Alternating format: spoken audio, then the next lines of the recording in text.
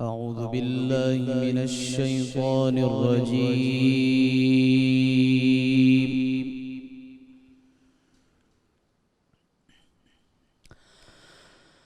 بسم الله الرحمن الرحيم.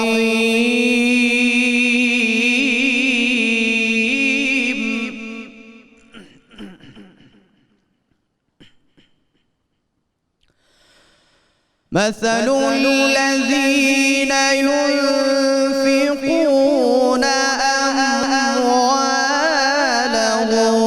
في سبيل الله كمثل حبة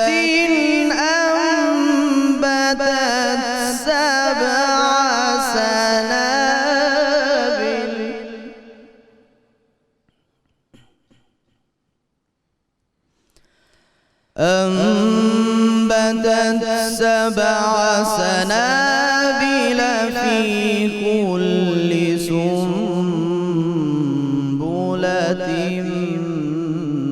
100 حبة.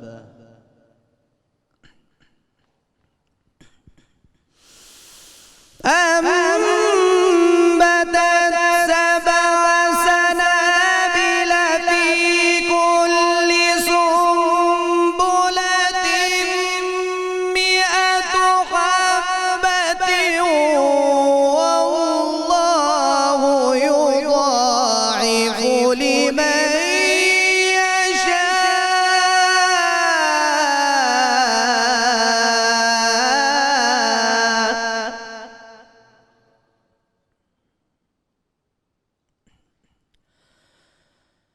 والله واسع عليم.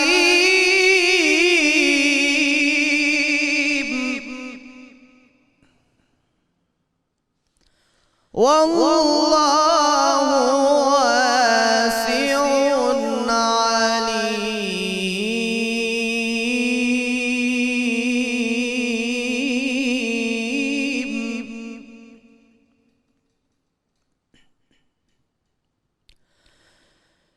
الذين ينفقون أموالهم في سبيل الله ثم لا يتبعون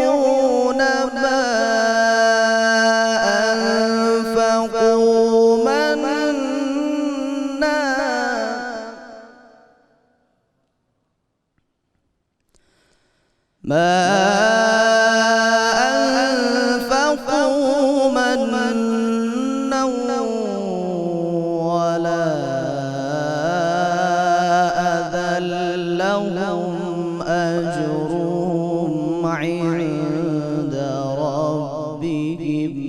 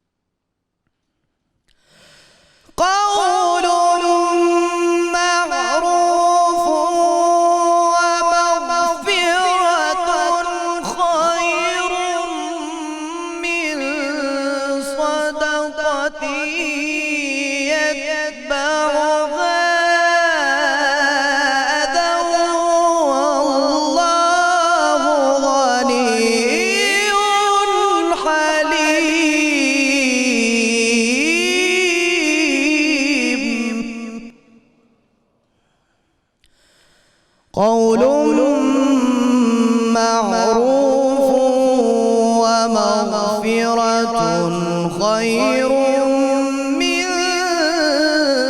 صدقة يتبعها أذى والله غني حليم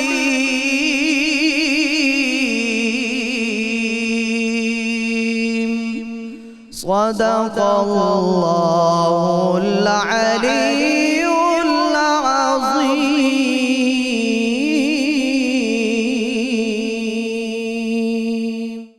بسم اللہ الرحمن الرحیم. السلام علیکم ناظرین. پروگرام رحمت رمضان کی سحر ٹرانسمیشن سے آپ کا میزبان نذیر احمد غازی حاضر ہے.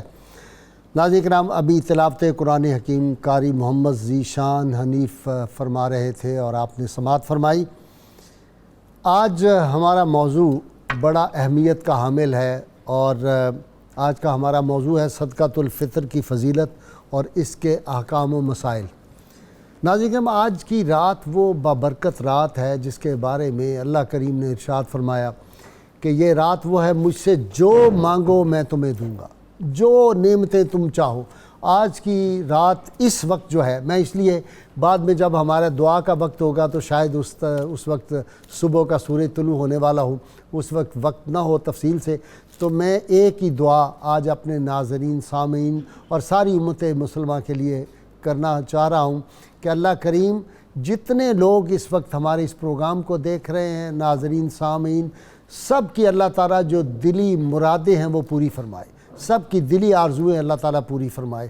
اور آج کی رات اللہ کے محبوب صلی اللہ علیہ وسلم نے بتا دیا تھا کہ کوئی 1 انچ زمین کا ٹکڑا بھی ایسا نہیں جہاں پہ ملائکہ نہیں آتے. جبریل امین کی سربراہی میں آتے ہیں تو وہ ملائکہ جو ہیں وہ جا کے جب اعلان کریں گے کہ ہم واپس آئیں اور اللہ نے امت محمدیہ علیہ صاحب صلوات کو بخش دیا، تو آج اللہ اپنے محبوب کریم صلی اللہ علیہ وسلم کے تصدق اور توسل سے یہ کرے کہ ہم جب ملائکہ آسمان پہ جائیں تو یہ بھی بتائیں کہ اللہ تعالیٰ نے اپنے حبیب مکرم صلی اللہ علیہ وسلم کے صدقے اس امت سے یہ جو آفت آئی تھی وہ بھی اٹھا لی ہے اور ہمارے سارے بیمار جو ہیں وہ صحت یاب ہو جائیں. اللہ تعالیٰ اس مملکت خداداد پہ کرم فرمائے.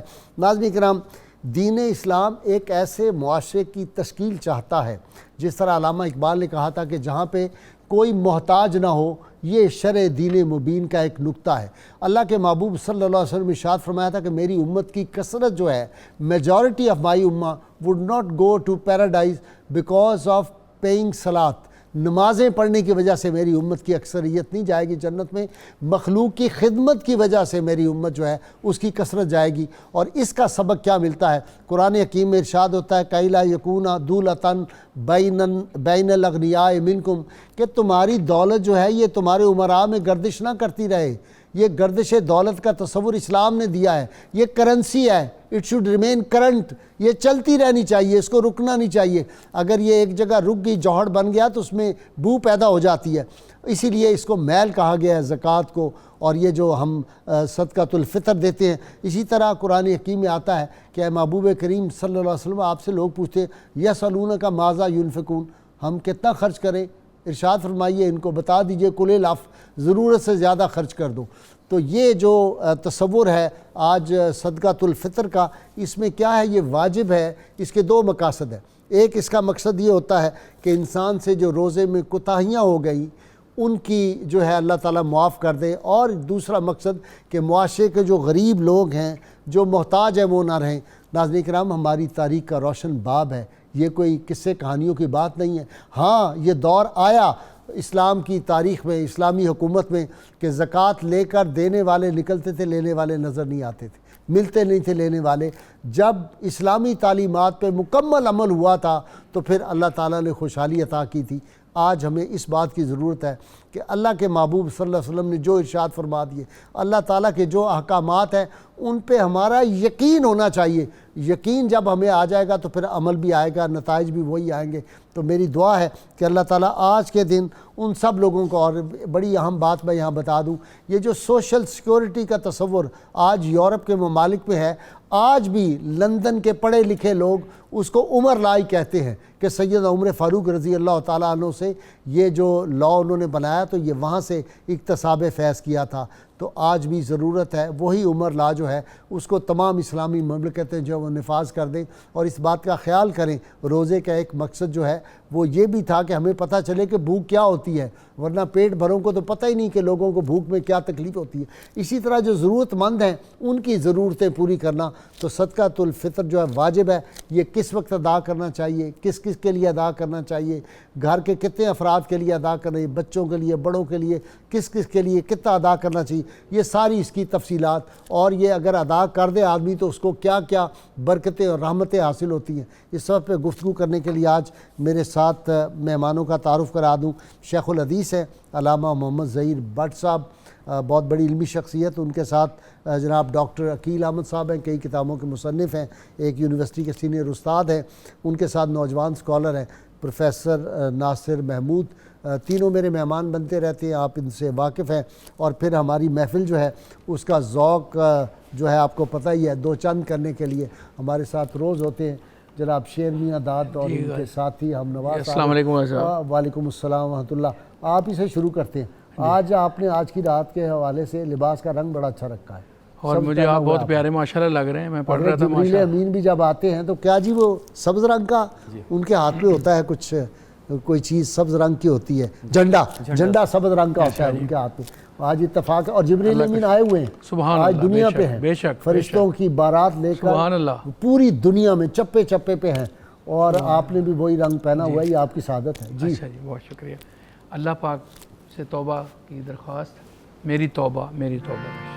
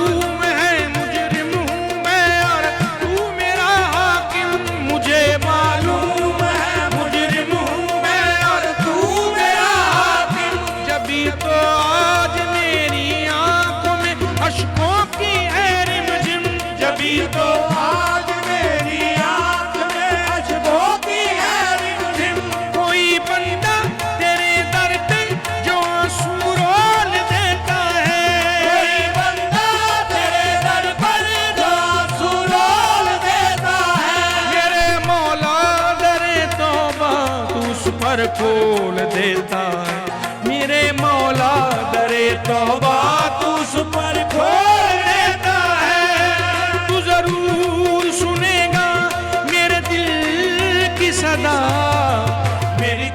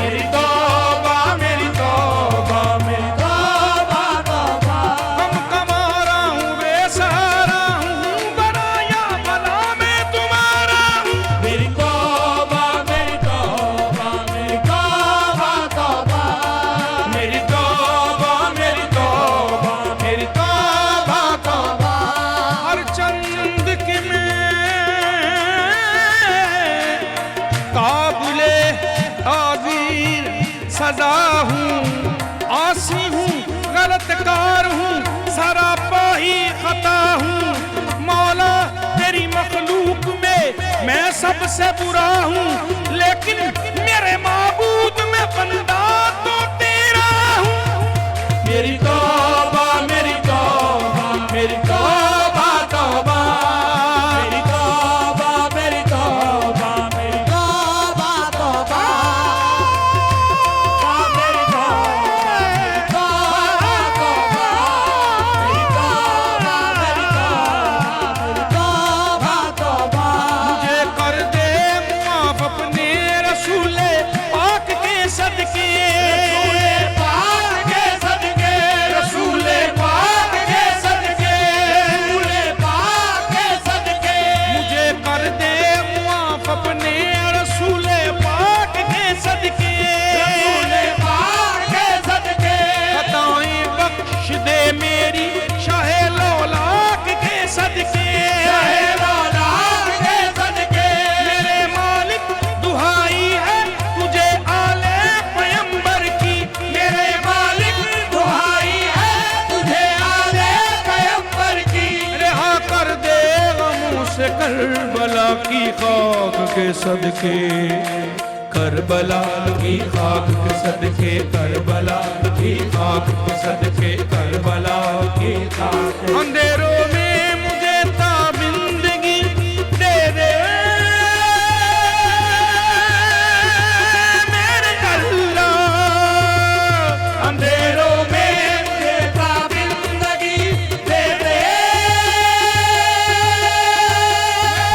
میرے اللہ، نیا مجھ کو شعور زندگی دے دے میرے مولا، نیا مجھ کو شعور زندگی دے دے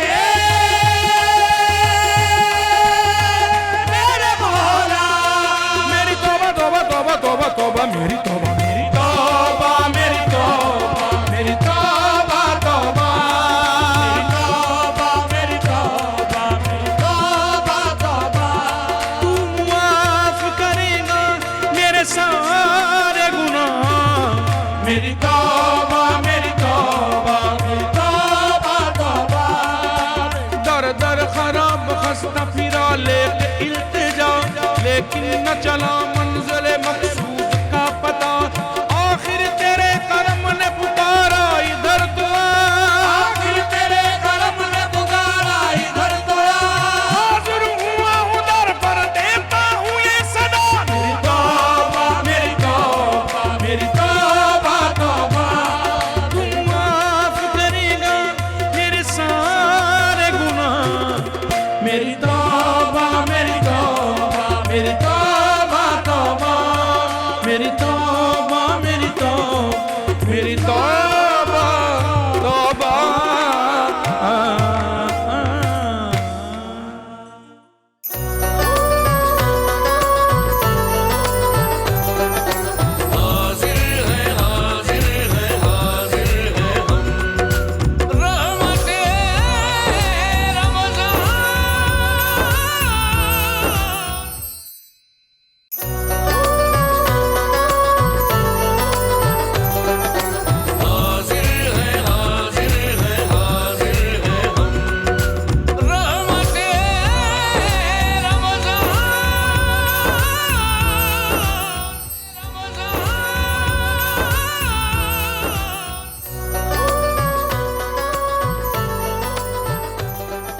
ویلکم بیک ناظرین اکرام۔ جی بٹ صاحب، روزے میں جو کوتاہیاں ہو جاتی ہیں، غلطیاں ہو جاتی ہیں، آدمی کوئی غیر محتاط گفتگو کر جاتا ہے، تو حضرت عبداللہ بن عباس، حضرت عبداللہ بن عمر، جناب حسن علیہ السلام، ان سب کی وہ حدیث آپ کی تو خیر ذہن میں ہوگی ساری، کہ بھئی یہ کفارہ ایک طرح ہے ان سارے غلطیوں کا، ایک تو یہ اس کی ریزن ہے، اور دوسری کیا کہ غریبوں کی مدد اور وہ سب عید کی خوشیوں میں شامل ہوں۔ پہلے تو یہ بتائیں کہ صدقۃ الفطر، اس کو فطر کیوں کہتے ہیں اور یہ ہے کیا؟ بسم اللہ الرحمن الرحیم۔ بہت شکریہ جناب غازی صاحب۔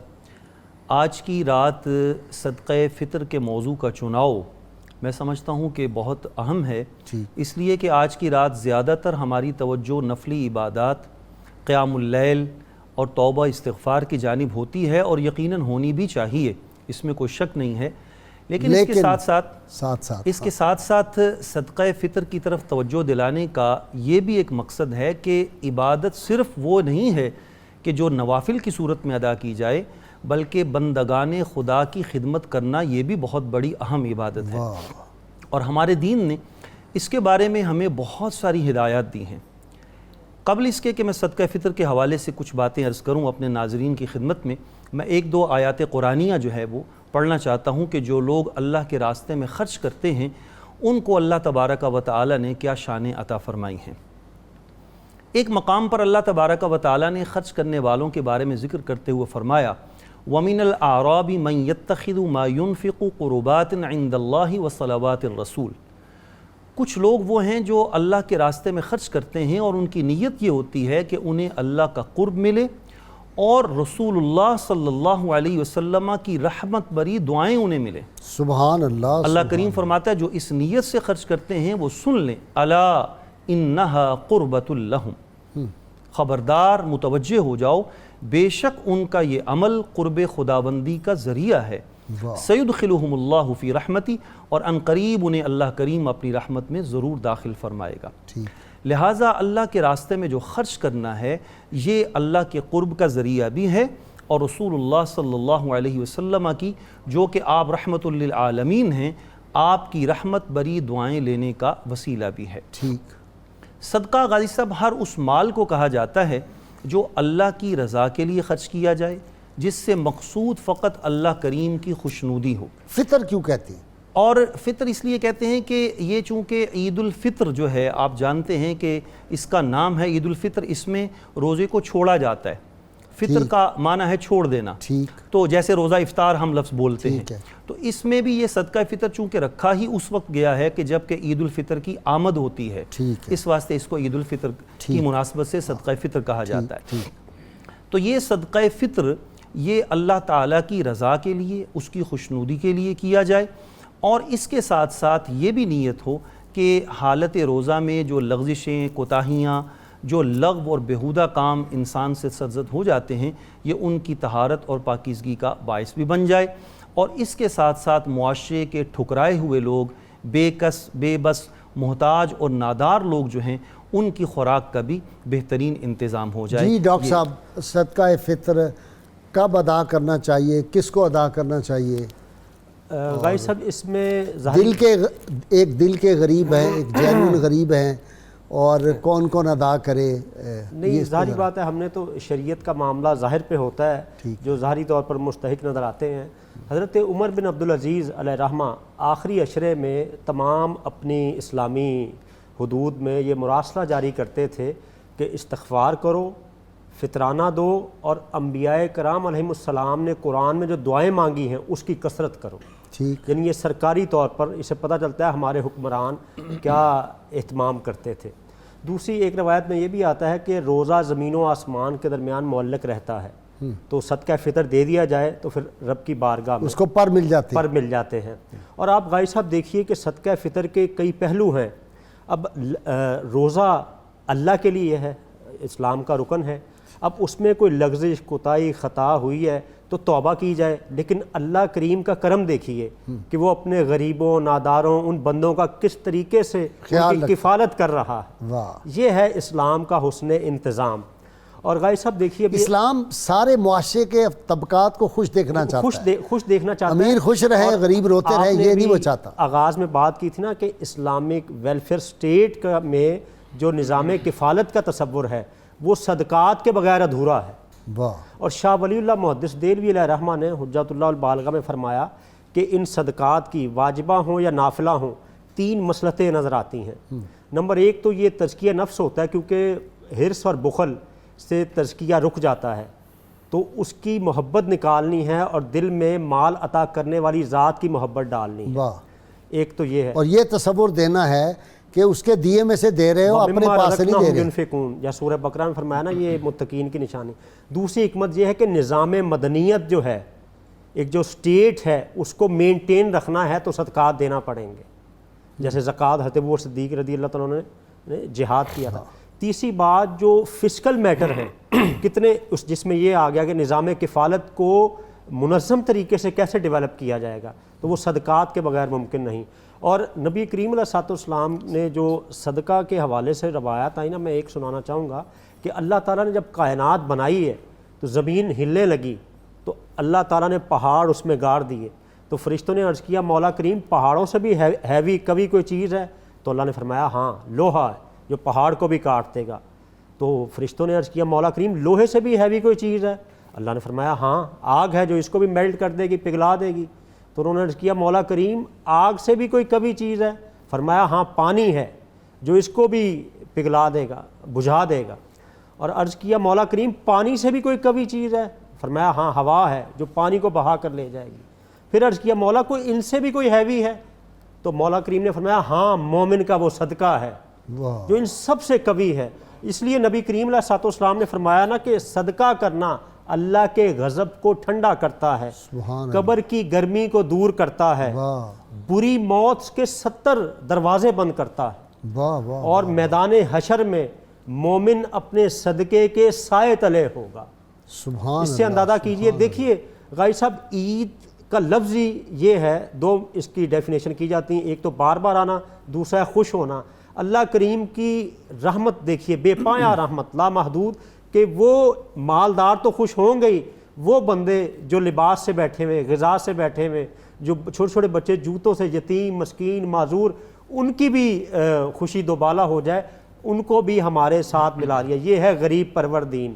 دیگر دنیا کے جو نظام ہے حکومت ہم دیکھتے ہیں ان میں تو فلاسفیکل اسپیکٹ ہمیں ملتے ہیں، اسلام پریکٹیکلی لے کر آتا ہے، اور بلکہ اس کو مشروط کر دیا ہے۔ دیکھیے روزہ کتنی بڑی عبادت ہے، بھوکا پیاسا رہ کر سارا مہینہ ہم رہیں، لیکن ساتھ ہی اللہ نے فرما دیا کہ تم نے یہ دینا ہے، کیونکہ کوئی نہ کوئی تم سے یقیناً ہم سے کوئی نہ کوئی ایسی بات ہو گئی ہوگی۔ اللہ نے مشروط کر دیا کہ صدقہ فطر دے دو، کن کو دو؟ ان میرے غریب بندوں کو۔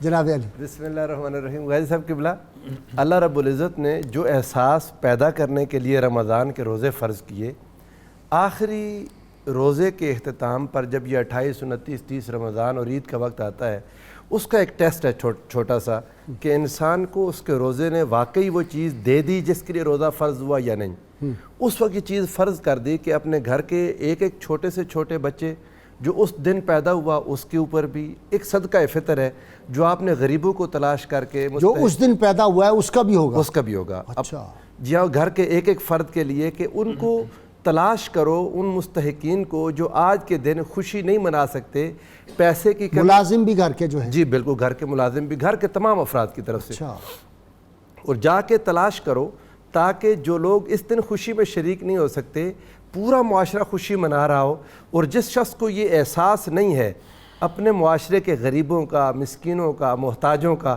اور جس کو یہ نگاہ نہیں مل سکی رمضان کے باوجود کہ کون لوگ ہیں جو خوشی میں شریک نہیں ہو پا رہے، حضور علیہ الصلوۃ والسلام نے ارشاد فرمایا لا یحضر مصلی المسلمین، وہ مسلمانوں کی عیدگاہ میں آئی نہ۔ کہ روزے کا تو مقصد یہ تھا کہ انسان کو وہ نگاہ مل جائے کہ 100 لوگ کھڑے ہوں تو اس میں بھوکا اس کو سمجھ آ جائے، ہزاروں لوگ کھڑے ہوں تو اس میں اس کو ضرورت مند اور احتیاج مند اور محتاج کی پہچان ہو جائے۔ اگر کوئی انسان یہ پہچان نہیں کر پایا تو روزے کا اس کو کوئی فائدہ نہیں۔ حضور نبی کریم صلی اللہ علیہ وآلہ وسلم نے 2 اس کے فوائد بیان کیے، فرمایا ایک تو یہ کہ طہورا للصائمین، صائمین کی طہارت ہے، اور دوسرا طعمۃ للمساکین، ان کا کھانا مسکینوں کا۔ اور جب امام بغوی نے اس قرآن مجید کی سورہ الاعلیٰ کی یہ آیات کی تفسیر میں لکھا، آپ نے فرمایا کہ قد افلح من تزکا وذکر اسم ربہ فصلی، کہ جو قد افلح من تزکا ہے یہاں پر حضرت ابو سعید خدری رضی اللہ تعالیٰ عنہ کی روایت لائے کہ وہ آپ فرمایا کرتے تھے کہ یہ تزکا سے مراد صدقہ فطر ہے. اچھا یعنی ان آیات کا معنی غور کریں. فرمایا تحقیق کامیاب ہوا وہ جس نے تزکیہ کر لیا. تزکیہ کیا ہے؟ تصفیہ، پیوریفیکیشن، پرگیشن، انر سیلف کی، انسان کے باطن کی طہارت اور پاکیزگی جس نے کر لی وہ کامیاب ہو گیا. وَذَكَرَ اسْمَ رَبِّهِ، اور اپنے رب کے نام کا ذکر کیا. فصلا، پھر نماز پڑھی. حضرت ابو سعید خدری رضی اللہ تعالیٰ عنہ فرماتے تھے کہ یہ تزکیے سے مراد مال کا تزکیہ اور دل سے مال کی محبت کا نکالنا صدقہ فطر. وَذَكَرَ اسْمَ رَبِّهِ سے مراد عید کے دن جو تسبیحات پڑھی جاتی ہیں جسے زکوٰۃ جب دیتے ہیں تو میل ہے، یہ مال کی میل. اسی طرح یہ بھی روزے کے لیے بھی جب یہ آپ دیں گے کفارہ تو وہ جو کوئی غلطیاں ہوئی ہیں وہ دور ہو جائیں گی. وہ دور ہو. اور دوسرا فرما وَذَكَرَ اسْمَ رَبِّهِ، جو عید کے دن اللہ اکبر اللہ اکبر لا الہ الا اللہ واللہ اکبر، یعنی جب تک آپ نے صدقہ فطر نے دیا یہ تسبیحات آپ کی نہیں ہیں. اور اس کے بعد فصلا، نماز عید. حضرت سیدنا عمر بن عبدالعزیز رحمۃ اللہ تعالیٰ علیہ ورضی اللہ تعالیٰ عنہ، لیکن عید کی نماز تک اگر نہیں بھی ادا کیا تو بعد میں بھی کر سکتے ہیں. میں آتا ہوں اس طرف. حضرت عمر بن عبدالعزیز رضی اللہ تعالیٰ عنہ فرمایا کرتے تھے خطاب کے دوران، لوگوں سن لو، اللہ نے صدقہ فطر کو پہلے رکھا، پھر اپنے ذکر کو، پھر نماز کو. لہذا لازم کرو کہ عید کی طرف آنے سے پہلے ترتیب وہی رکھو. عید کی طرف آنے سے پہلے غریب، مسکین، محتاج کے بارے میں جو آپ کے حلقہ مطلب آپ کے قریب رہنے والے لوگ ہیں، کوشش کرو کہ وہ خوشی میں تمہارے ساتھ شریک ہو جائیں. اور ایک حدیث پاک ہے غازی صاحب جو آپ نے بھی بات کی، اس کے اوپر حضور علیہ الصلوۃ والسلام نے ارشاد فرمایا صدقہ فطر تو وہی ہے جو عید الفطر سے نماز سے پہلے ہے، بعد والا تو بس پھر صدقہ ہے. وہ صدقہ ہے. یعنی حالانکہ صدقہ فطر کی اجازت ہے کسی حکمت سے، کسی شخص کے ذہن میں کوئی ایک ایسا شخص ہے جو بہت محتاج ہے اور اپنے ارد گرد اس جیسا کوئی اور محتاج نہیں دیکھتا تو رک سکتا ہے کسی حکمت کے تحت، کسی شرعی حکمت، لیکن سستی نہ کرے کہ حضور علیہ الصلوۃ والسلام نے سخت تنبیہ فرمایا جس نے نیت کر لے، فوری نیت کر لے کہ میں نے ادا کرنا ہے. اچھا جی بٹ صاحب، کن کو صدقہ فطر دیا جائے اور کون کون صدقہ فطر کس پہ واجب ہے؟ دو ہے نا، ایک دینے والا ہے وہ اس کی کیٹیگری بتا دیں، اور جو لینے والا ہے وہ کون ہے. اب دیکھیں نا، یہ بھی ہوتا ہے بعض اوقات لوگوں نے کروڑوں روپیہ جو ہے وہ بینکوں سے قرضہ لیا ہوا ہے تو وہ بھی غریب اس معاشرے کے ہیں، 10 گاڑیاں ان کے پاس، وہ غریب معاشرے کے ہیں تو وہ بیچارے کیا کریں؟ ذرا یہ بھی صدقہ فطر کے حوالے سے چند ایک بنیادی مسائل میں چاہتا ہوں کہ ترتیب وار ذرا عرض کر دوں. سب سے پہلے یہ کہ صدقہ فطر جو ہے یہ کب لازم ہوتا ہے اور کس پر لازم ہوتا ہے. ٹھیک. صدقہ فطر کے واجب ہونے کا جو وقت ہے وہ عید الفطر کی صبح و صادق کا وقت ہے. ٹھیک. عید الفطر کا دن جو ہے یعنی یکم شوال کو جو شخص صاحب نصاب ہے، صاحب نصاب سے کیا مراد ہے؟ وہ زکوٰۃ کے بارے میں جو صاحب نصاب کا تصور عوام الناس بھی جانتے ہیں کہ جس شخص کے پاس اپنی ضروری جو حاجات اصلیہ ہیں ان سے زائد 52.5 تولے چاندی یا اس کے برابر کیش ہو اور وہ شخص مقروض بھی نہ ہو تو وہ صاحب نصاب کہلاتا ہے. تو جس شخص کے پاس چاہے وہ مرد ہے چاہے وہ عورت ہے، آج کل آپ نے کوئی حساب کیا ہے؟ تقریباً 46,000 کے لگ بھگ یہ رقم بنتی ہے پاکستانی کرنسی میں موجودہ. تو آپ اس کو 50,000 کے قریب کر لیجئے یا 45,000 سمجھ لیجئے. تو جس شخص کے پاس اپنی ضروریات اصلیہ سے زائد اتنی رقم ہے اور وہ مقروض بھی نہیں ہے تو ایسا شخص صاحب نصاب ہے.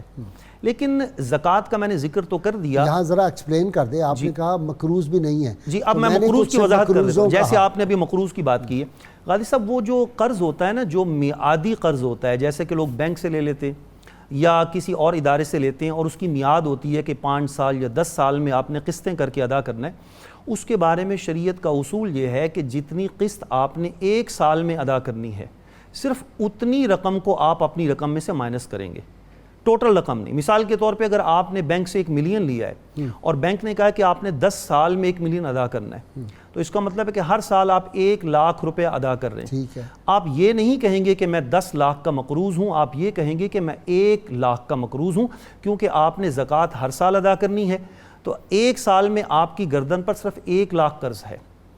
لہٰذا جو شخص بہت زیادہ مقروض ہے، جیسے کہ آپ نے اشارہ کیا کہ ایک مل آنر ہے جس نے کہ کروڑوں کا قرضہ لیا ہوا ہے، وہ تو پھر مقروض ہونے کی وجہ سے وہ تو زکوٰۃ لینے والوں میں شامل ہو جائے گا، وہ تو زکوٰۃ اس پر لازم ہی نہیں ہوگی.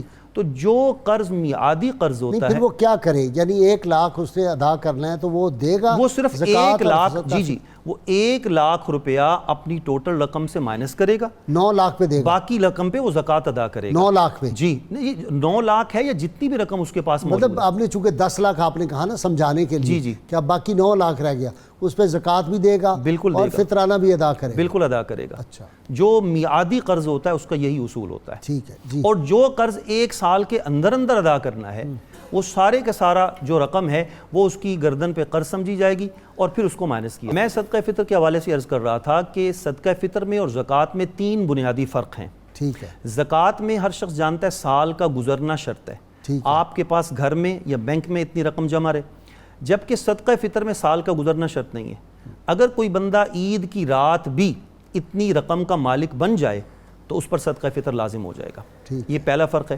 دوسرا فرق یہ ہے کہ زکوٰۃ کے اندر جو گھر کا سامان ہوتا ہے اس کو شامل نہیں کیا جاتا، ٹھیک ہے اس میں سونا چاندی کیش اس کو شامل یا سامان تجارت کو دیکھا جاتا ہے۔ گھر کے اندر ڈیکوریشن کا سامان ہے، ڈنر سیٹ ہیں، فالتو کپڑے پڑے ہوئے ہیں، ان کی قیمت کا حساب نہیں لگایا جاتا، جبکہ صدقہ فطر کے واجب ہونے کے لیے ان سب چیزوں کو دیکھا جائے گا۔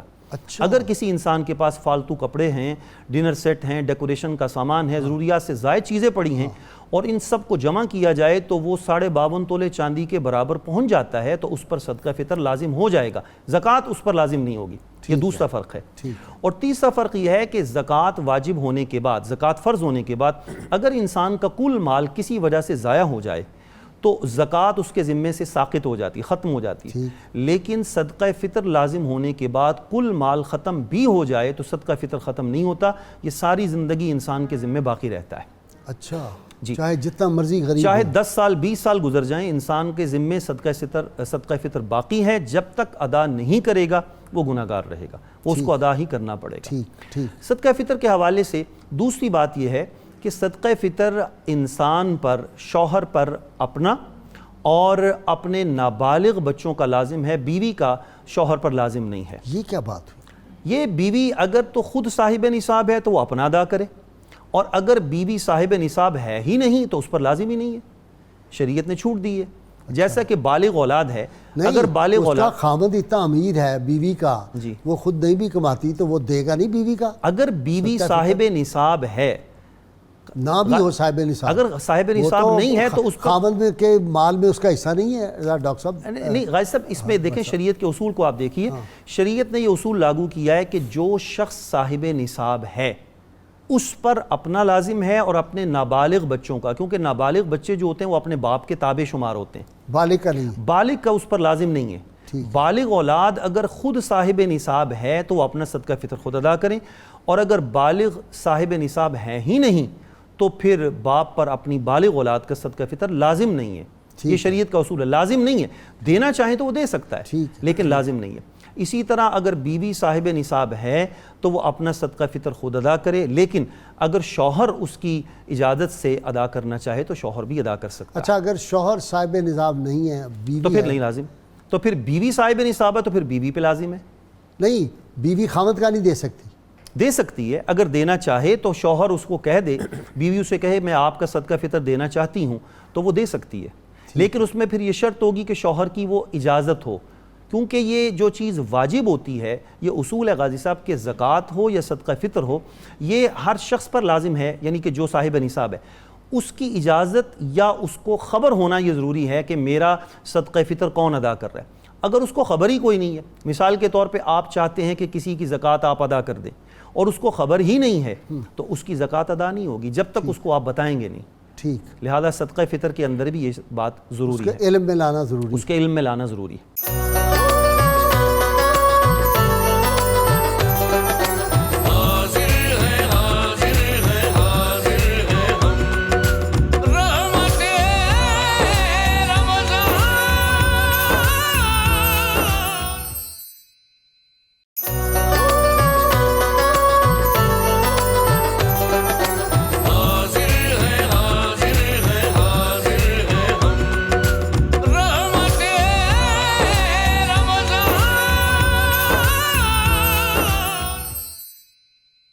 جی کیا جی غازی صاحب، گناہ گارو نہ گھبراؤ، یہ جنت ہے محمد کی صلی اللہ علیہ وسلم۔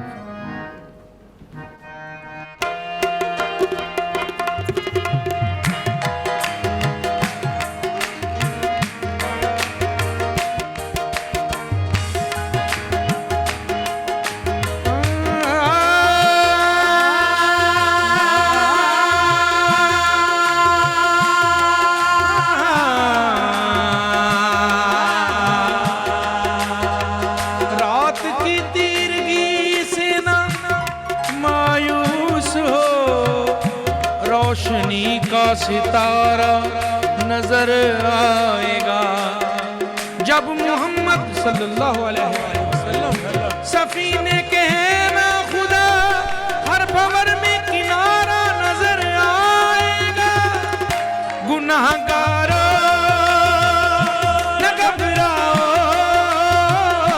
گناہگاروں نہ گھبراؤ یہ جنت ہے محمد کی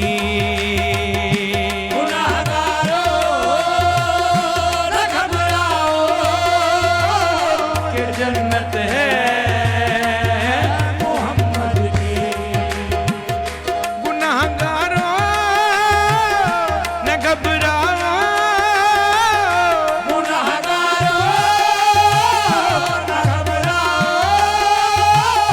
کہ جنت ہے محمد کی کہ جنت نہ گھبراؤ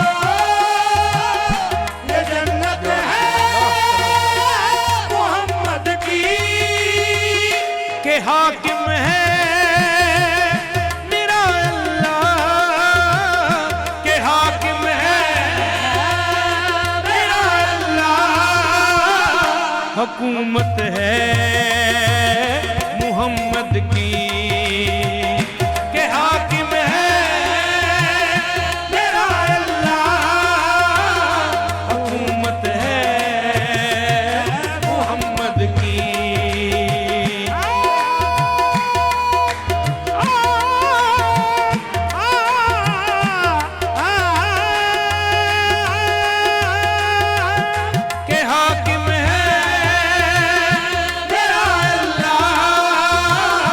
حکومت ہے محمد کی در جنت سے جو رضوانے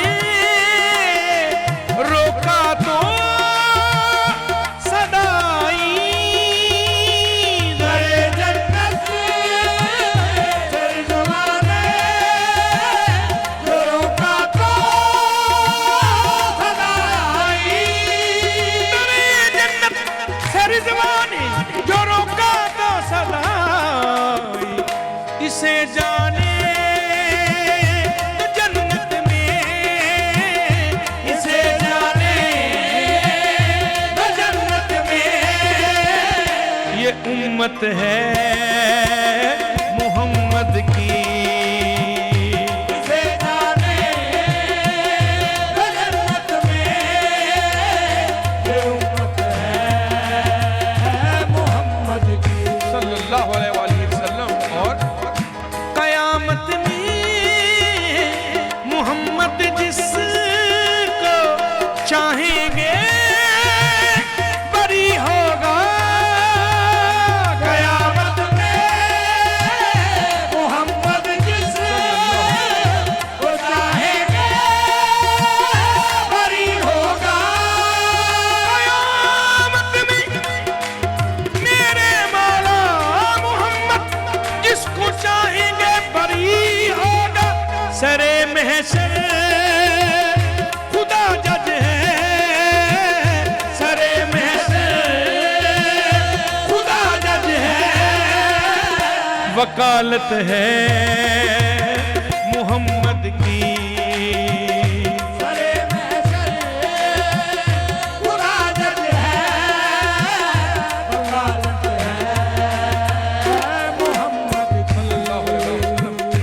ابو بکر عمر عثمان حیدر نے یہ فرمایا ابو بکر عمر عثمان حیدر نے یہ فرمایا ابو بکر عمر عثمان حیدر نے یہ فرمایا خدا جس پر ہوا شیدا خدا جس پر ہوا شیدا وہ صورت ہے محمد کی خدا جس پر ہوا شیدا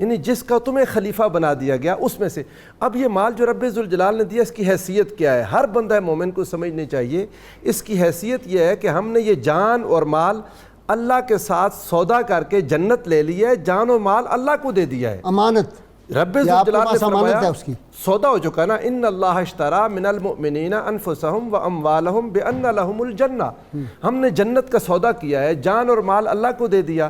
اب یہ رب ذوالجلال کی کمال عنایت, اس کی مہربانی, اس کی شفقت, اس کا کرم ہے کہ جو مال ہم نے اللہ کو دے کے جنت خریدی ہے اس نے وہی مال ہمارے پاس رکھ دیا. فرمائیے تمہارے پاس ہے, اس کو خرچ کرو, اس میں سے کھاؤ پیو, اپنی اولاد کو کھلاؤ, اپنے والدین کو, اپنے گھر بار کو, مگر جب بھی میرا دین تمہیں پکارے اپنا سارا مال میری راہ میں خرچ کرنے کے لیے تیار کل ہو. لف بالکل, یہ 2.5% تو انسان شکر کرے کہ رب یہ تو ذوالجلال. پہلے اس نے میل نکال دی, بالکل ایسا ٹھیک ہی ہے نا, صاف جی ہو جی گیا مال. بالکل. اب یہ نہیں ہے کہ صاف سارا لے کے بیٹھ جانا ہے. نہ, ان فی المال حق سوى الزکات, فرمایا زکوٰۃ کے علاوہ بھی مال کیا میں ہے؟ حقوق حق ہیں. للسائل والمحروم وفی کیا ہے؟ اموالہم حق للسائل والمحروم, تمہارے اموال میں حق ہے سائلین کا اور محرومین کا, جنہیں جو ڈپرائیوڈ ہیں, جو ہیو ناٹس ہیں, جن کے پاس کچھ بھی نہیں ہے. رب ذوالجلال مومن کو یہ چاہتا ہے کہ مومن کے پاس وہ نگاہ ہو کہ ان غریبوں کا دکھ محسوس کر سکے.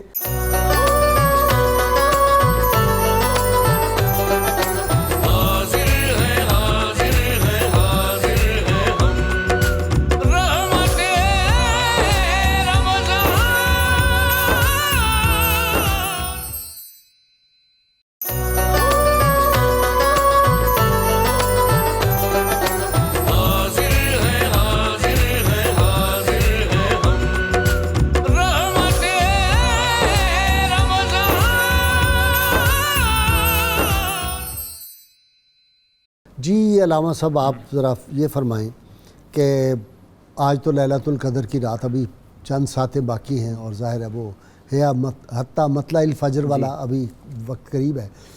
اس وقت میں ایک تو نیت کر لیں, اگر بندہ نیت آج سے کر لے کہ میں نے صدقہ فطر ادا کرنا ہے, اور اس کے بعد کیا اعمال ہونے چاہیے؟ بھائی صاحب, صدقہ فطر کی ادائیگی جو ہے وہ جیسا کہ حدیث پاک میں بتایا گیا کہ اسے اگر نماز عید سے پہلے ادا کیا جائے تو وہ صدقہ فطر ہے, اور اگر عید کے بعد ادا کیا جائے تو پھر وہ مطلقاً ایک صدقہ. آج بھی ادا کر سکتے ہیں؟ آج بھی کر سکتے ہیں, بلکہ فقہاء نے تو یہاں تک لکھا ہے کہ آپ رمضان کی آمد سے پہلے بھی ادا کر سکتے ہیں. بہت اچھے, تاکہ وہ اپنی ضروریات کا وہ مناسب بندوبست بر وقت کر سکیں. جیسا کہ زکوٰۃ جو ہے وہ بھی آپ اگر چاہیں تو ایڈوانس بھی ادا کر سکتے ہیں 1 سال کی. اور ایک مسئلہ اسی سے ضمناً میرے ذہن میں آیا زکوٰۃ کے حوالے سے, میں عرض کرنا چاہوں گا کہ لوگ زکوٰۃ کی ادائیگی اس طرح کرتے ہیں کہ سال گزشتہ کی زکوٰۃ اگلے سال میں تھوڑی تھوڑی کر کے ادا کرتے رہتے, یا تو اس لیے کہ ان کے پاس یکمشت ادائیگی کے لیے رقم نہیں ہوتی, یا پھر یہ ہے کہ وہ کہتے ہیں جی ہم ضرورت مندوں کو تھوڑا تھوڑا دیتے رہیں گے. زکوٰۃ کی ادائیگی فی الفور واجب ہے, فرض ہے, اس میں تاخیر کرنا گناہ ہے. لہذا جو شخص یہ چاہتا ہے کہ میں قسطوں میں ادا کروں اور ضرورت مند لوگوں کو تھوڑا تھوڑا دیتا رہوں, اسے چاہیے کہ وہ پچھلے سال کی زکوٰۃ تو پوری ادا کر دے اور آئندہ سال کی زکوٰۃ ایڈوانس تھوڑی تھوڑی ادا کرتا رہے, اور جب سال مکمل ہو تو پھر وہ حساب لگا لے کہ کتنی زکوٰۃ مجھ پر بنتی تھی اور کتنی میں ادا کر چکا. اچھا, یہ ایسا کرنا چاہیے. یہ درست نہیں ہے طریقہ کار, اگرچہ ادا تو ہو جائے گی لیکن یہ طریقہ کار درست نہیں ہے. بالفرض ایک بندہ یورپ میں ہے, جی آپ رہیں باہر میں ویسٹ میں, وہ کہتا ہے کہ میں نے جانا ہی ہے پاکستان, واپس اپنے وطن, تو فلاں فلاں انتہائی مستحق لوگ ہیں, میں یہ فطرے کے پیسے یا میں زکوٰۃ کے پیسے رکھ لیتا ہوں, میں ان کو جا کے دوں گا. نیت کر لی, بالکل صحیح ہے, وہ ایسا کر سکتا ہے, ایسا کر سکتا ہے. جیسا کہ محترم ناصر صاحب یہ بات بتا چکے ہیں کہ اگر کسی انسان کے ذہن میں کوئی ضرورت مند انسان ہے اور وہ ابھی فی الوقت میسر نہیں ہے, وہ بعد میں دینا چاہتا ہے تو دے سکتا ہے, لیکن افضل یہ ہے کہ پہلے ہی ادا کر دیا جائے. اور اسی سے ایک بات اور غازی صاحب میرے ذہن میں آئی کہ صدقہ فطر ادا کرتے ہوئے, جیسے آپ نے باہر کی بات کی ہے, ہمارے پاکستان میں بہت سے لوگ ایسے ہیں کہ جو بیرون ملک کسب معاش کے لیے وہاں پہ بیٹھے ہوئے ہیں, ان کی فیملی بیوی بچے سارے پاکستان میں ہیں, تو وہ اپنا صدقہ فطر تو وہاں کے حساب سے ادا کریں گے, اور جو ان کے نابالغ بچے پاکستان میں ہیں ان کا صدقہ فطر بھی وہ وہاں کی قیمت کے اعتبار سے ادا کریں گے. اچھا جی, نہیں وہاں کی قیمت کیا مطلب مثال یعنی کہ وہاں 2 کلو جی میں یہ عرض کر رہا ہوں کہ 2 کلو گندم جو وہاں پہ مثلا سعودیہ میں کتنے کی آتی ہے، پاکستان میں تو 125 روپے کی آ رہی ہے، لیکن ہو سکتا ہے کہ سعودیہ میں جو ریال بنتے ہیں وہ 125 سے زیادہ بنتے ہوں۔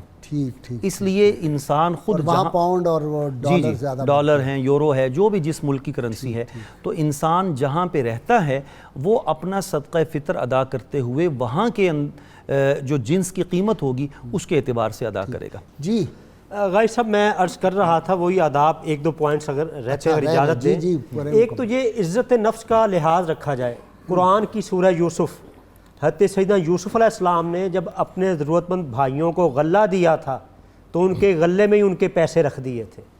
جو گھر جا کر انہیں پتہ چلا اور اپنے والد ماجد حضرت یعقوب علیہ السلام کو بتایا کہ دیکھیں کتنا اچھا بادشاہ لگے، بھائیوں نے کتنے ستم کیے تھے۔ اس سے معلوم یہ ہوا کہ کسی نے اگر آپ پر ستم بھی کیے ہیں تو آپ اللہ کی رضا کے لیے اس کو دے رہے ہیں تو اس کی عزت نفس کا لحاظ رکھیں۔ وہ جو ویڈیو ساتھ بن جاتی ہے وہ نہیں ٹھیک؟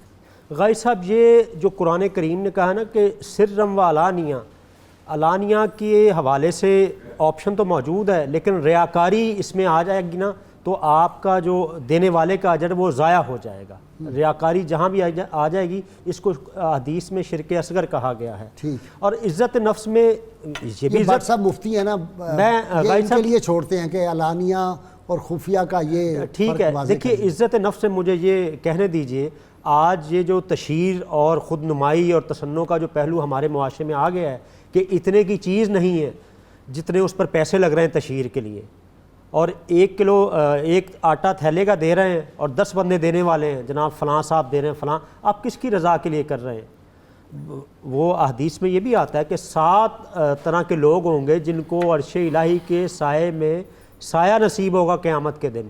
ان میں سے ایک وہ ہوگا جس نے دائیں ہاتھ سے صدقہ کیا ہوگا تو بائیں کو خبر نہ ہوگی۔ یہ بھی ہے خفیہ۔ اور غازی صاحب ہماری تابناک ہسٹری کیا بتاتی ہے کہ راتوں کو منہ پر کپڑا باندھ کر بزرگان دین لوگوں کے گھروں کے باہر چیزیں رکھاتے، امام زین العابدین پیچھے نشان پڑے ہوئے، نشان پڑا، اور وصال کے بعد کئی گھرانوں کو پتہ چلا کہ ہمارے تو کفیل ہی امام تھے۔ اس سے اندازہ کیا جائے۔ اور غازی صاحب یہ دیکھیے کہ آپ اگر ہمیں صدقہ دینے کا موقع مل رہا ہے تو ہمیں سائل کا شکریہ ادا کرنا چاہیے کہ اللہ نے دینے والا بنایا ہے، لینے والا نہیں بنایا۔ یہ سوال آپ نے مشکل سا کر دیا، اب ناصر سے پوچھتے ہیں۔ ناصر صاحب یہ جو بڑی فوٹو آتی ہیں اور بڑے چلتے ہیں معاملات، یہ کیا ہے؟ ایک چیز غازی صاحب قبلہ بنیادی طور پر یاد رکھنی چاہیے کہ ہم صدقہ جب دیتے ہیں تو صدقہ کوئی بندہ نہیں لے رہا تھا، خود رب ذوالجلال لیتا ہے۔ اللہ تعالیٰ نے قرآن پاک میں فرمایا سورہ توبہ میں، الم یعلموا ان اللہ هو یقبل التوبۃ عن عبادہ ویأخذ الصدقات، لوگو جان لو، کیا تم نہیں جانتے کہ یہ صدقات خود رب ذوالجلال تم سے لیتا ہے؟ اچھا، جس غریب کو آپ دیتے ہیں، کل قیامت کو ایک سوال ہوگا نا، وہ امام مسلم حدیث لائے، وہ حدیث یعنی قدسی ہے کہ رب ذوالجلال اپنے بندے سے سوال کرے گا، اے میرے بندے مرضت ولم تعدنی، میں بیمار تھا تم نے میری عیادت نہیں کی، استطعمتک ولم تطعمنی، میں نے تم سے کھانا مانگا تم نے مجھے کھانا نہیں دیا، استسقیتک ولم تسقنی، میں نے تم سے پانی مانگا تم نے مجھے پانی نہیں دیا۔ بندہ سوال کرے گا، اے اللہ کیف مرضت وانت رب العالمین، رب ذوالجلال تو تمام جہانوں کا رب ہے، پالنے والا ہے، تو کیسے بیمار ہوا؟ اللہ رب العزت ارشاد فرمائے گا، ان عبدی فلانا قد مرض لو عدتہ لوجدتنی عندہ، میرا فلاں بندہ بیمار تھا، اگر تم اس کی عیادت کر لیتے تو تم مجھے وہاں پاتے۔ میرا فلاں بندہ بھوکا تھا، اگر تم اس کو کھانا کھلا دیتے تو وہ کھانا تم میرے پاس پاتے۔ میرا فلاں بندہ پیاسا تھا، اگر تم اس کو پلا دیتے تو تم اس کا اجر میرے پاس پاتے۔ رب ذوالجلال اپنے بندوں سے، انسانوں کو یہ بات سمجھنی چاہیے، کسی غریب مسکین محتاج کی عزت نفس بہت بڑی چیز ہے، اور یہ اگر انسان کے کہیں بھی یہ ڈر ہو کہ یہ اس کی ریاکاری کا اندیشہ آ جائے گا، ریاکاری کا فتویٰ بھی بہت عام ہو گیا ہے۔ ریاکاری انسان کے دل کا معاملہ ہے، میں کسی کے بارے میں نہیں کہہ سکتا کہ کوئی ریاکاری کر رہا ہے یا نہیں کر رہا، ریاکاری تب ہی ہوگی اگر اس کے دل میں ہوگی، اگر نہیں تو میرا دیکھ کے کہہ دینا کوئی فتویٰ نہیں بن سکتا۔ لیکن حقیقت یہ ہے انسان یہ سمجھے کہ میں رب ذوالجلال کے ہاتھ میں دے رہا ہوں۔ صدقے کی اصل حقیقت یہی ہے، اللہ بطور سرٹیفکیٹ ہے، کل کو نعوذ باللہ اب بھول نہ جائے اللہ تعالیٰ تو اس لیے یہ ویڈیو بنا رہے ہیں. اور یہ تو دیکھیں نا, یہ انسان نے اگر کسی نے نیت یہ کر لی کہ دوسروں کو دکھا کے ان کو لوگوں کو, باقی لوگوں کا جذبہ یا اکٹھا کیا. مثال ہے, بعض اوقات لوگ بہت سارے لوگوں سے اکٹھا کرتے ہیں, بہت سارے لوگوں سے, اور آگے تقسیم کرتے ہیں. کچھ بزنس بھی کرنا ہوتا ہے. جی ہاں. اب بٹ صاحب مشکل سوال ہے, غازی لیکن صاحب آپ کی طرف چونکہ آپ مفتی بھی اس ہیں. سوال سے پہلے میں ایک حدیث پاک بتانا چاہتا ہوں کہ صدقہ افضل کون سا ہے. جی. ہمارے ہاں ایک تصور عام طور پہ پایا جاتا ہے جی کہ کالا مرغا, کالا بکرا, یا گھر کے استعمال کی وہ چیزیں جو ہماری اب استعمال کی نہیں رہیں, پرانے کپڑے, ٹوٹی ہوئی جوتی, اس طرح کی چیزیں. گرچہ سب لوگ ایسا نہیں کرتے, لیکن کچھ لوگ اسی کو صدقہ سمجھتے. کچھ وہ کہتے ہیں جی وہ چیلوں کے لیے اور کووں کے لیے وہ جو پرانا گوشت ہے بدبودار, وہ بھی صدقہ ہے. آقا کریم صلی اللہ علیہ وسلم کی بارگاہ اقدس میں ایک صحابی نے عرض کی, یا رسول اللہ صلی اللہ علیہ وسلم, ای الصدقۃ اعظم اجرا, کس صدقے کا زیادہ ثواب ہے؟ آپ نے فرمایا, ان تصدق وانت صحیح شحیح تخشى الفقر وتأمل الغنى, وہ صدقہ جو تم اس حالت میں کرو کہ تم تندرست ہو, پہلی بات. دوسری بات یہ کہ شحیح, تمہیں خود بھی اس کی لالچ ہو, اور تیسری بات کہ تخشى الفقر, تمہیں یہ ڈر ہو کہ اگر یہ میں نے خرچ کیا تو میرا اپنا کیا بنے گا, میں فقیر نہ بن جاؤں. وَتَأْمُلُ الْغِنَا, اور چوتھی بات یہ ہے کہ تمہیں خود مالداری کی امید بھی ہو کہ یہ رقم میرے پاس رہے گی تو میری دولت میں اور اضافہ ہوگا. ایسی کیفیت میں جو تم صدقہ کرو گے وہ سب سے افضل صدقہ ہے. عام طور پہ لوگ بڑھاپے میں کرتے ہیں, جب مال و دولت کی حاجت نہیں رہی, یا اولاد کے ہاتھوں ٹھوکریں کھا لیتے ہیں, یا رشتہ داروں کے ہاتھوں جو لوگ ستائے جاتے ہیں, اس وقت صدقہ کرتے ہیں. تو سرکار نے فرمایا کہ تم صدقے کو اتنی تاخیر نہ دو کہ جب جان گلے کو اٹک جائے, یہ حدیث پاک کا مفہوم عرض کرو, تو پھر تم وصیت کرنا شروع کر دو, جی فلاں کو اتنا دے دینا, فلاں کو اتنا دے دینا. تو فرمایا قد کالنی فلان, اب وہ فلاں کا ہو چکا ہے, تم کہو یا نہ کہو وارثوں نے اپنا مال لے لینا ہے. تو صدقہ تو وہی ہے جو تم اپنی تندرستی میں, صحت کے عالم میں کرو. دیکھیں قرآن مجید نے ذکر فرمایا, الشیطان یعیدکم الفقر ویأمرکم بالفحشاء. جب بے حیائی کی بات آتی ہے تو شیطان کہتا خوب کھلم کھلا خرچ کرو. آپ دیکھ لیجئے شادی بیاہ کے معاملات ہوں تو ہم کہتے ہیں جی ہماری ناک کٹ جائے گی, لوگ کیا کہیں گے, تو خوب موج میلہ کرتے ہیں, روپے کے لباس, کروڑوں روپے کے لباس, اسراف, فضول خرچی بے حد و حساب کی جاتی. اور جب اللہ کے راستے میں خرچ کرنے کی بات آتی ہے تو پھر شیطان فقر سے ڈراتا ہے کہ کیا بنے گا تمہارا اگر تم نے خرچ کر دیا.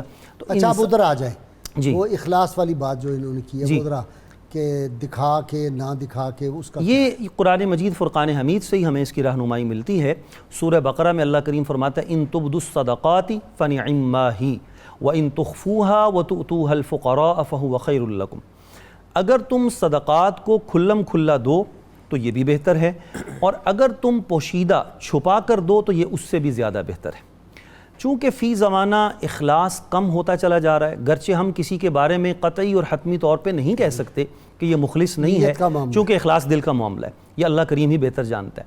لیکن جو عام طور پر آج کل ایک رواج چل رہا ہے اور جو قرائن ہم دیکھ رہے ہیں, ان سے اندازہ یہی ہوتا ہے کہ زیادہ تر لوگ دکھاوے کی نیت سے یہ کام کرتے ہیں, کیونکہ وہ جو خفیہ طریقے سے کرنے والی باتیں ہمارے علماء کرام ذکر فرما رہے ہیں وہ بہت کم ہو گئی.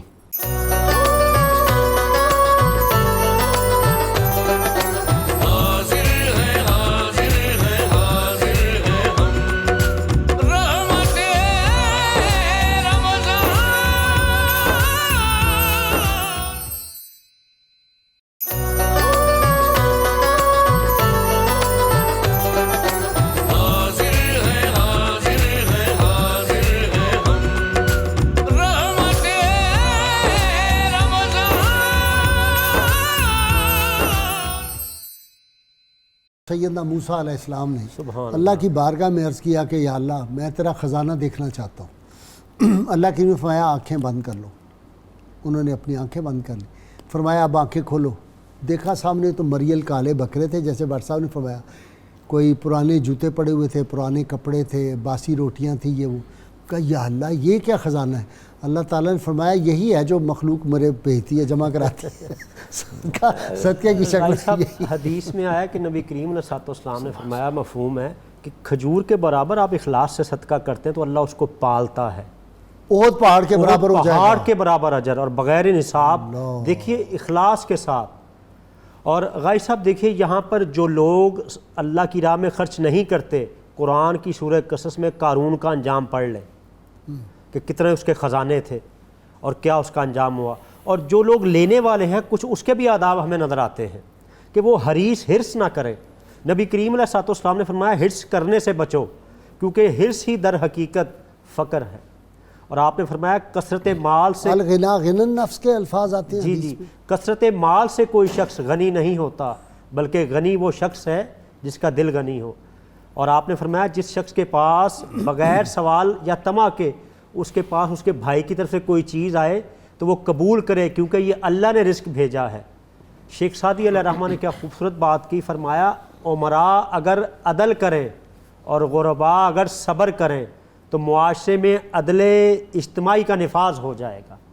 تو آج یہی وجہ ہے کہ ہم دیکھتے ہیں غازی صاحب دونوں طرف یہ افراط و تفریط نظر آتی. جو لینے والے نا وہ بھی چھینا چھپٹی کی طرف آ گئے ہیں، اور نعوذ باللہ اگر کبھی دینے والوں کو تو یہ حکم ہے کہ اگر نہیں دے رہے. ایسے بھی واقعات آئے ہیں کہ اکٹھا کرتے جا رہے ہیں اور پھر جا کے دکانداروں کو بیچتے ہیں اور غازی صاحب بعض دفعہ نعوذ باللہ اگر جب دینے والوں کو یہ کہ اگر نہیں دے رہے تو اچھا بولیں، تو جن کو نہ دیا جائے نا وہ بد دعاؤں پہ اتر آتے ہیں. تو یہ بھی طریقہ غلط ہے. ٹھیک، کسی کی اگر گنجائش نہیں ہے تو برکف صدقہ دینے سے مال میں کمی نہیں آتی. شیخ سعدی پھر یاد آ ذرا سمجھائیں نا یہ جو بات کرتے ہیں کہ جی دینے سے کمی نہیں آتی. 1 لاکھ روپیہ تھا، آپ نے 25,000 بیچ میں صدقہ کریے 75,000 رہ گیا. غازی صاحب جو دے رہا ہے وہ اس کے اندر جیسے ہم نے ذکر کیا تھا تقویٰ کی صفت ہے.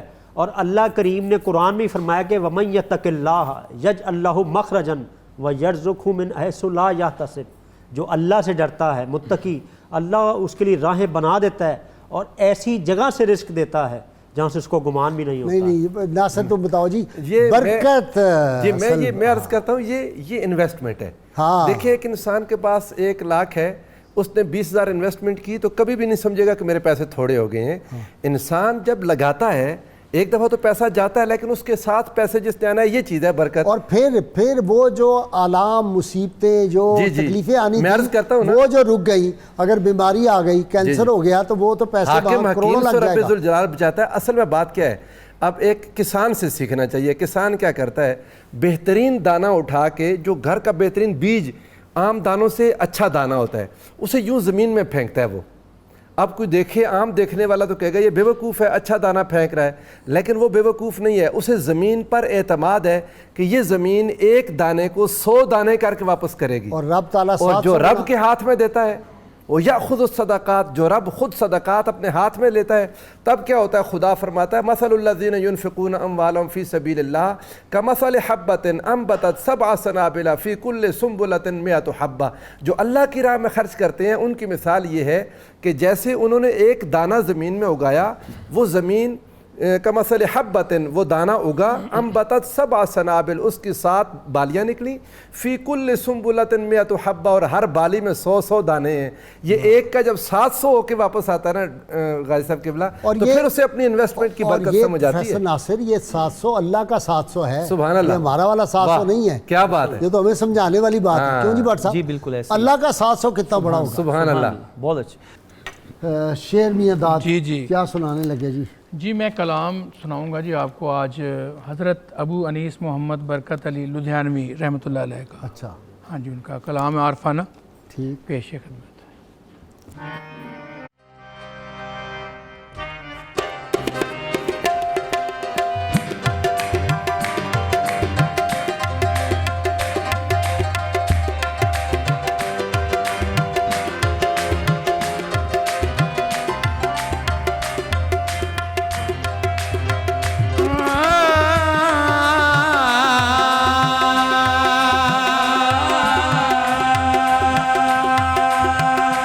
تیرے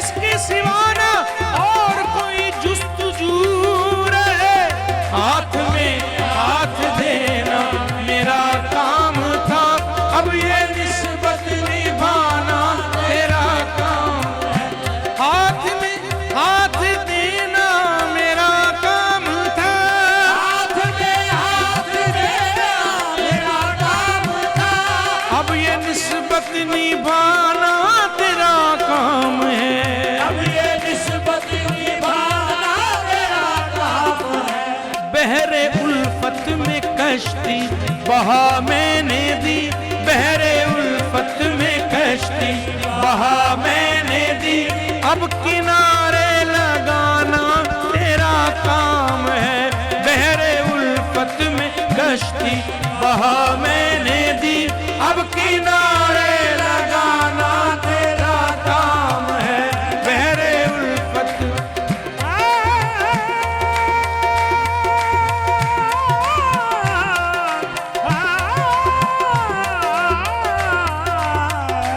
بحر الفت میں کشتی بہا میں نے دی، اب کنارے لگانا تیرا کام ہے، بیعت کرنے سے میرا تو سودا ہوا، میں تھا اچھا برا تیرے ہاتھوں بکا، میں تھا اچھا برا تیرے ہاتھوں بکا، یہ اندھیروں بھرا دل تجھے دے دیا، یہ اندھیروں بھرا دل تجھے دے دیا، اس میں شمع جلانا تیرا کام ہے، یہ اندھیروں بھرا دل تجھے دے دیا، اس میں شمع جلانا تیرا کام ہے،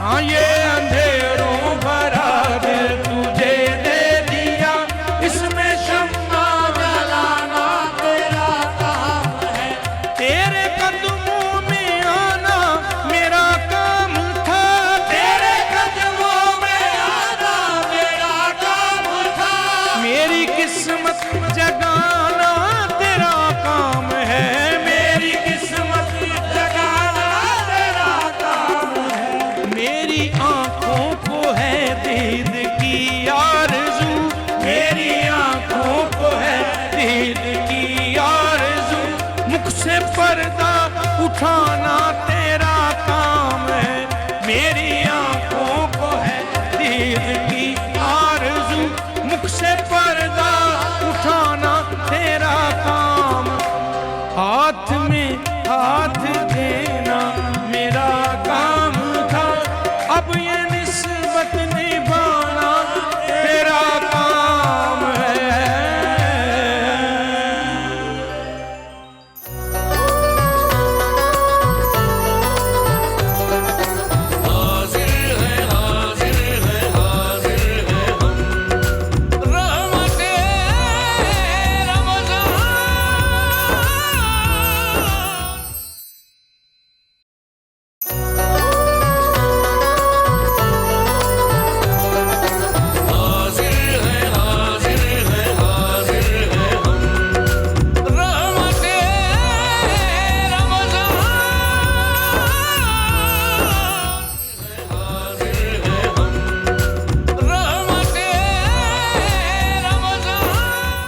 ویلکم بیک ناظرین کرام. بٹ صاحب آج کی اتنی مقدس بابرکت رحمتوں بھری رات، خیر ہی خیر رحمت برس رہی ہے، پیغام کیا ہے؟ قائد صاحب آج کی رات کا خصوصی پیغام جو میں عرض کرنا چاہ رہا ہوں وہ یہ ہے کہ اللہ تبارک و تعالی سے لو لگانے کا ایک طریقہ تو یہ ہے کہ زیادہ سے زیادہ عبادت کی جائے، اور دوسرا طریقہ یہ ہے کہ بندگان خدا کی زیادہ سے زیادہ خدمت کی جائے. اس لیے کہ جو انسان اللہ کریم کی عبادت، رسول اللہ صلی اللہ علیہ وسلم کی اطاعت اور خلق خدا کی خدمت میں مشغول ہے، وہی در حقیقت اللہ کریم کا قرب پاتا ہے. صوفیاء کرام کا یہ فرمانا ہے کہ ز تسبیح و سجادہ و دلق نیست، طریقت بجز خدمت خلق نیست. خدا کے بندے تو ہیں ہزاروں، بنوں میں پھرتے ہیں مارے مارے، میں اس کا بندہ بنوں گا جس کو خدا کے بندوں سے پیار غازی ہو۔ صاحب اس امت کو جو سیرت طیبہ کا پہلا لیسن عطا کیا ہے ام المومنین حضرت سیدہ خدیجہ رضی اللہ تعالیٰ عنہا نے اعلان نبوت اظہار نبوت کے بعد جب نبی کریم بچ گئے تو وہ جو 5 جملے تھے وہ خدمت خلق کی ہے، واہ وہ بخاری کی حدیث نمبر 3 ہے، وہ سیرت پاک صلی اللہ علیہ وسلم پہ اختصار اور جامعیت کا ایک اعلیٰ اور نمونہ ہے۔ میں یہ اکثر عرض کرتا ہوں کہ ام المومنین پہلی سیرت نگار ہے واہ واہ واہ، کہ جو پہلی سیرت پہ ایسی اعلیٰ تقریر، ایسی اعلیٰ اور چند جملوں میں سماجیات سیرت کا لیسن دے رہی ہیں کہ نبی پاک کے سوشل بیہیویئر کیا تھے، یہ 5 جملوں میں۔ اور غازی صاحب آخر میں میں یہ عرض کرنا چاہوں گا کہ ویسٹ کا جو چیریٹی کا کنسیپٹ ہے وہ ہیومنزم ہیومینٹی پہ ہے، مسلمانوں کا ہے اللہ پر ایمان کے ساتھ، واہ واہ، اور جو بندہ جتنا صدقات و خیرات میں حصہ لیتا ہے اس سے پتہ چلتا ہے کہ اس کا تعلق باللہ کیسا ہے۔ ہم صوفیاء کرام کا پڑھتے ہیں، بتائیے کس صوفی نے اپنے بینک اکاؤنٹ بنائے ہیں، جائیدادیں بنائی ہیں، وہ لنگر جاری کی ہیں، آج بھی جاری ہیں۔ ڈاکٹر صاحب آپ کا بھی بہت شکریہ، بٹ صاحب آپ کا شکریہ۔ دعا مانگیں گے ناظرین کرام ہم سب مل کے آج کی رات بڑی بابرکت، اور یہ گھڑیاں جب وہ لیلۃ القدر کا وقت ختم ہونے کے قریب ہے تو سب مل کے ہم دعا کریں گے۔ اللہم صلی علی سیدنا محمد وعلی آل سیدنا محمد واصحاب سیدنا محمد وبارک وسلم۔ ربنا آتنا فی الدنیا حسنہ وفی الآخرۃ حسنۃ وقنا عذاب النار وادخلنا الجنۃ مع الابرار، یا عزیز و یا غفار یا رب العالمین یا ارحم الراحمین۔ ربنا ظلمنا انفسنا وان لم تغفر لنا وترحمنا لنکونن من الخاسرین۔ لا الہ الا انت سبحانک انی کنت من الظالمین فاستجبنا له ونجیناہ من الغم وکذالک ننجی المؤمنین۔ یا رب العالمین یا ارحم الراحمین، یا اللہ کریم اپنے کرم اپنے فضل سے اپنی عظمت و شان کے تصدق میں اللہ کریم ہم پہ یہ جو مصیبت آئی ہے اس کو دور فرما دے۔ اللہ کریم تیرے محبوب کریم صلی اللہ علیہ وسلم نے ہمیں بتایا ہے، تیرا وعدہ ہے کہ آج کے دن جو بھی کوئی کچھ تجھ سے مانگے گا تو عطا کرے گا، تیرا خزانہ سب سے بڑا ہے، تو جواد ہے، جوادوں کا جواد ہے۔ اللہ کریم آج کے دن ہماری پہلی آرزو یہ ہے کہ یہ جو مصیبت مخلوق پہ آئی ہے یہ تیری مخلوق، یہ تیرا کنبہ ہے، اس مصیبت کو اللہ کی راحت میں بدل دے۔ آمین۔ اللہ کریم تیرا وعدہ ہے کہ آج کے دن جو مجھ سے بخشش طلب کرے گا میں ان کو بخش دوں گا۔ اللہ کریم اپنے محبوب کریم صلی اللہ علیہ وسلم کی امت کے گناہ گاروں کو بخش دے۔ اللہ کریم ہماری خطاؤں کو بخش دے، ہمارے گناہوں کو بخش دے، ہمارے گناہوں کو نیکیوں میں تبدیل فرما دے۔ اللہ کریم اپنے حبیب مکرم صلی اللہ علیہ وسلم کے تصدق میں بیماروں کو شفا عطا فرما دے۔ اللہ کریم جو تندرست صحت مند ہیں ان سے بیماری کو دور رکھ۔ اللہ کریم جو بے اولاد ہیں ان کو اولاد عطا فرما، ناداروں کو رزق عطا فرما۔ جتنے لوگ اس وقت دنیا بھر سے ہمارے ساتھ اس دعا میں شریک ہیں ان سب کی دلی آرزوئیں پوری فرما، کرم فرما، فضل فرما، رحم فرما، پاکستان کی حفاظت فرما، پاکستان کی حفاظت کرنے والوں کی حفاظت فرما۔ کل جو باجی شاہین ایم پی اے پنجاب اسمبلی کی ان کا وصال ہو گیا کل صبح کی نماز کے وقت، اللہ کی ان کو جنت الفردوس میں جگہ عطا فرما، ان کے ورثاء کو صبر جمیل عطا فرما۔ وصلی اللہ تعالیٰ علی خیر خلقہ ہی۔ اور ہمارے بٹ صاحب ہمارے ساتھ ہیں، ان کے چچا جان اشفاق صاحب جو ہیں علامہ ظہیر بٹ صاحب کے، ان کا بھی انتقال ہوا، اللہ کی ان کے بھی درجات کو بلند فرمائے، رحمت کونین صلی اللہ علیہ وسلم کی شفاعت ان کو نصیب فرمائے۔ وصلی اللہ تعالیٰ علی خیر خلقہ ہی و نور عرشہ ہی و زینت فرشہ ہی محمد و آلہ و صحابہ اجمعین برحمتک یا ارحم الراحمین۔ جی جناب میڈلے جی، جی غازی چلو صاحب جی سناؤ۔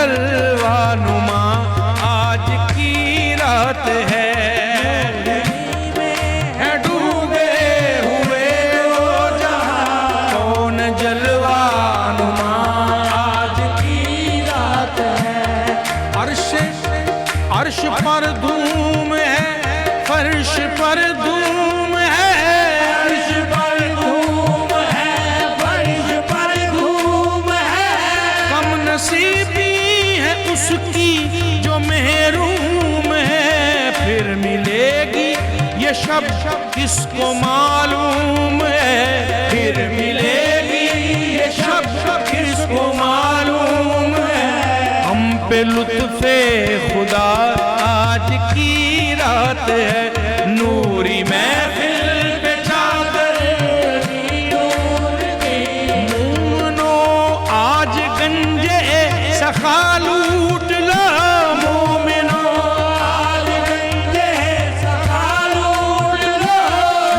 لو اے مریضو شفا لوٹ لو آسیو رحمت مصطفیٰ لوٹ لو آسیو رحمت مصطفیٰ لوٹ لو باب رحمت کھلا آج کی رات ہے آسیو